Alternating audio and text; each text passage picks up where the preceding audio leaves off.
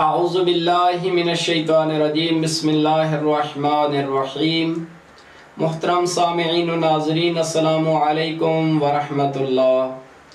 ہم آپ کا معارف اسلامیہ میں خیر مقدم کرتے ہیں۔ عزیزان، ہمارا آج کا درس ہے بیت الخلاء کے احکام میں، یعنی ٹائلٹ کے احکام میں۔ شریعت مقدس اسلامیہ کیونکہ طیب و طاہرہ شریعت ہے، جس طرح وہ باطنی کثافتوں کو دور کرنے کا حکم دیتی ہے، اسی طرح شریعت مقدسہ انسان کو ظاہری نجاستوں سے پاک ہونے کا حکم دیتی ہے۔ ٹائلٹ کے بارے میں دو چیزیں واجب ہیں، دو چیزیں حرام ہیں، 10 چیزیں سنت ہیں اور 10 چیزیں مکروہ ہیں۔ آج ہم جناب کی خدمت میں واجب اور حرام چیزوں کو بیان کریں گے۔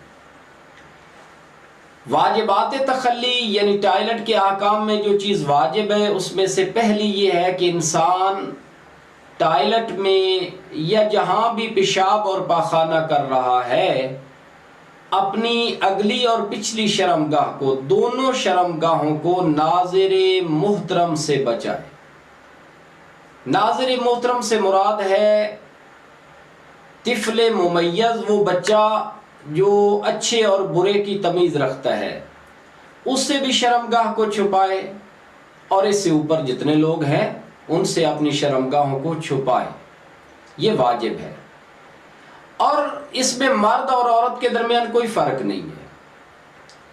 جس طرح مرد کی شرمگاہ مرد کے لیے دیکھنا حرام ہے، اسی طرح عورت کی شرمگاہ عورت کے لیے دیکھنا بھی حرام ہے۔ لیکن میاں بیوی اس سے مستثنا ہے۔ شوہر اپنی بیوی کی شرمگاہوں پر نگاہ ڈال سکتا ہے اور عورت اپنے شوہر کی شرمگاہوں پر نگاہ ڈال سکتی ہے۔ دوسرا واجب ہے استنجا، یعنی پیشاب و پاخانہ کرنے کے بعد انسان پر استنجا کرنا واجب ہے۔ اگر استنجا پیشاب کے بارے میں ہے تو وہ تو صرف پانی کے ذریعے ہی ہو سکتا ہے، اور اگر پاخانہ کسی آدمی نے کیا ہے اور اس کے استنجا کرنا چاہتا ہے تو یہ 2 طریقوں سے ہو سکتا ہے۔ اگر پاخانہ عادی مقام سے آگے نہ بڑھا ہو تو پھر یہ 2 طریقوں سے پاک ہو سکتا ہے۔ مٹی کے 3 ڈھیلوں سے پاک ہو سکتا ہے، روئی کے 3 گولوں سے پاک ہو سکتا ہے، یا کپڑے کے 3 ٹکڑوں سے بھی پاک ہو سکتا ہے، اور پانی سے بھی پاک ہو سکتا ہے۔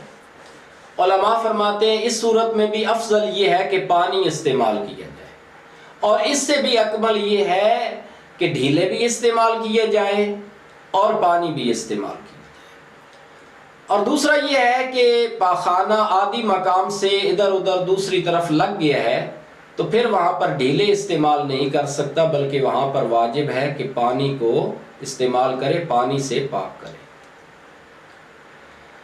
ان مقامات کو ایک مرتبہ اس طرح دھو دینا کہ نجاست دور ہو جائے کافی ہے، لیکن علماء فرماتے احتیاط یہ ہے کہ 2 مرتبہ، اور اس سے بھی بہتر یہ ہے کہ 3 مرتبہ اپنے مقام استنجا کو دھوئے۔ 2 چیزیں اس کے بارے میں حرام ہیں۔ پہلی چیز یہ ہے کہ قبلہ کی طرف رخ کر کے، یعنی قبلہ کی طرف منہ کر کے پیشاب پاخانہ کرنا حرام ہے۔ اسی طرح قبلہ کی طرف پشت کر کے بھی پیشاب اور پاخانہ کرنا حرام ہے۔ اور اس کے بارے میں یہ نہیں ہے کہ وہ عمارت میں ہو یا کسی صحرا میں ہو، یعنی چاہے ٹائلٹ ہو چاہے باہر صحرا ہو، دونوں صورتوں میں قبلہ کی طرف رخ کرنا یعنی پشت کرنا یا منہ کرنا حرام ہے۔